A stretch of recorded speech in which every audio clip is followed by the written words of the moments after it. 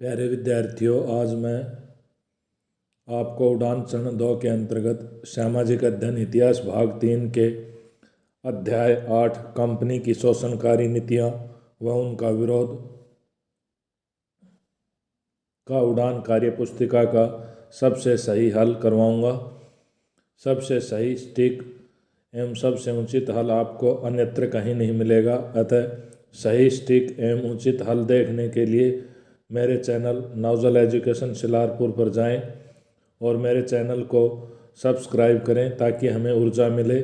Video को share करें, like करें तथा कमेंट करें।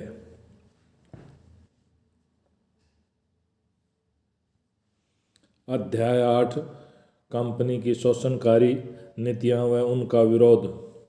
कार्यपत्रक 1। प्रश्न नंबर 1।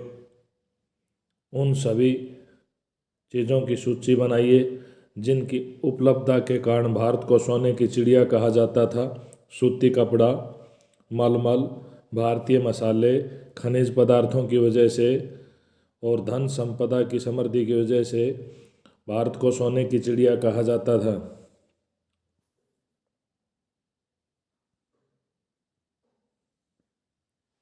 प्रश्न नंबर 2। ईस्ट इंडिया कंपनी की स्थापना कब हुई?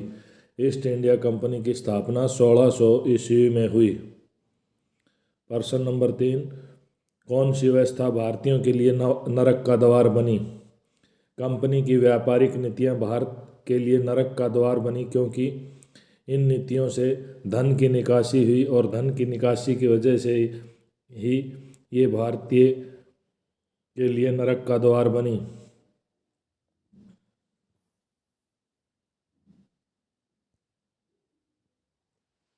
प्रश्न नंबर 4। 1857 की क्रांति का मुख्य लक्ष्य क्या था? 1857 के संग्राम का मुख्य लक्ष्य भारत को अंग्रेजी शासन से मुक्त कराना था। कार्यपत्रक 2। प्रश्न 1। आपके विचार में जब कोई बाह्य शक्ति हमारे देश पर अपनी जड़ें जमाए तो आप क्या क्या साहसिक कदम उठाएंगे? अगर कोई बाहरी शक्ति तो हम उसका पुरजोर विरोध करेंगे और उसको खदेड़ने की कोशिश करेंगे ताकि वो भारत पर कब्जा न कर सके। प्रश्न नंबर 2। प्रमुख जनजाति विद्रोह कौन सा था? यह विद्रोह किसके नेतृत्व में हुआ? प्रमुख जनजाति विद्रोह संथाल विद्रोह था। यह संथालों, सिद्धों और कानों के नेतृत्व में लड़ा गया। प्रश्न नंबर 3। कंपनी कौन सी वस्तुओं को भारत से इंग्लैंड में ले जाकर बेचती थी? गरम मसाले, वस्त्र, मलमल आदि वस्तुओं को भारत से ले जाकर कंपनी इंग्लैंड में बेचती थी। कार्यपत्रक 3। प्रश्न नंबर 1। कुछ हस्तशिल्प उद्योगों के नाम बताइए जो आपके आड़ोस पड़ोस में स्थित हों। फर्नीचर उद्योग, सजावटी उद्योग, बुनाई उद्योग, जूता उद्योग।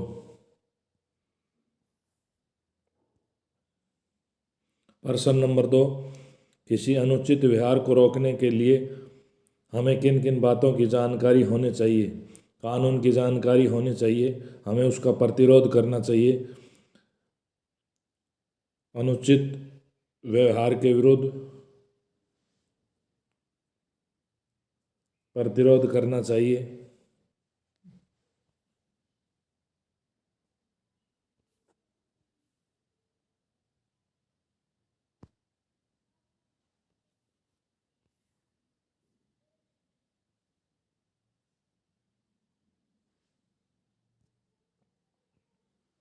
कार्यपत्रक 4। रिक्त स्थान की पूर्ति कीजिए। स्थायी बंदोबस्त 1793 में किया गया था। महलवाड़ी व्यवस्था भू राजस्व की तीसरी महत्वपूर्ण व्यवस्था थी। प्रश्न नंबर 3। भारत की पहली रेल 1853 में बम्बई और ठाणे के बीच चली थी। प्रश्न नंबर 4। 1857 का संग्राम राष्ट्रवाद की भावनाओं से ओतप्रोत था। प्रश्न नंबर 5, सन 1757 ईस्वी में पहली लड़ाई के फलस्वरूप अंग्रेजों ने भारत में ब्रिटिश राज्य की नींव रखी।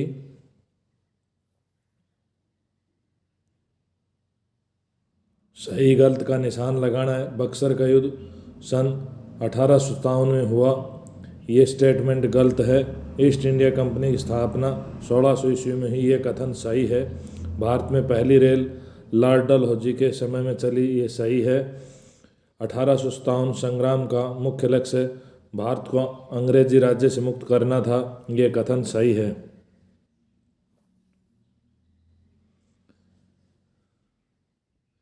स्थायी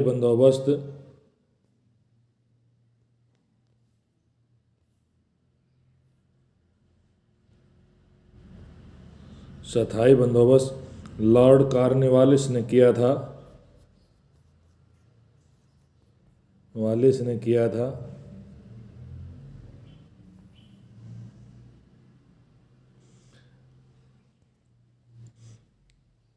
अंग्रेजों की लगान वसूल करने को दर्शाया गया है, चित्र 5 में दर्शाया गया है। रैयतवाड़ी व्यवस्था के संस्थापक थे, ये चित्र 1 में दर्शाया गया है। किसानों का जो शोषण हो वो चित्र 3 में दिखाया गया है।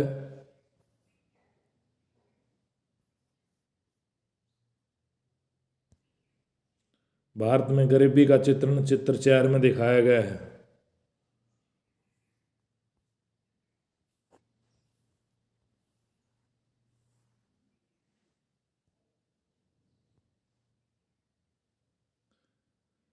प्लासी का युद्ध 1757 में हुआ।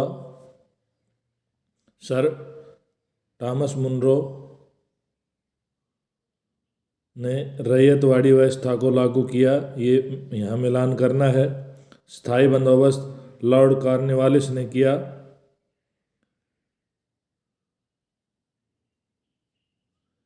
रैयतवाड़ी व्यवस्था संस्थापक थॉमस मुनरो थे। सोने की चिड़िया भारत को कहा जाता है, ये उचित मिलान हो गए।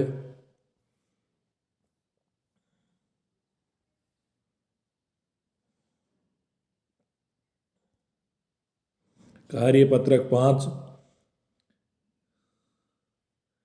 उन 3 राज्यों का विवरण दीजिए जिनसे ईस्ट इंडिया कंपनी को कर वसूल करने का अधिकार मिला था। 1764 में बक्सर युद्ध के बाद कंपनी को बंगाल, बिहार और उड़ीसा की दीवानी या कर एकत्रित करने का अधिकार दिया गया था।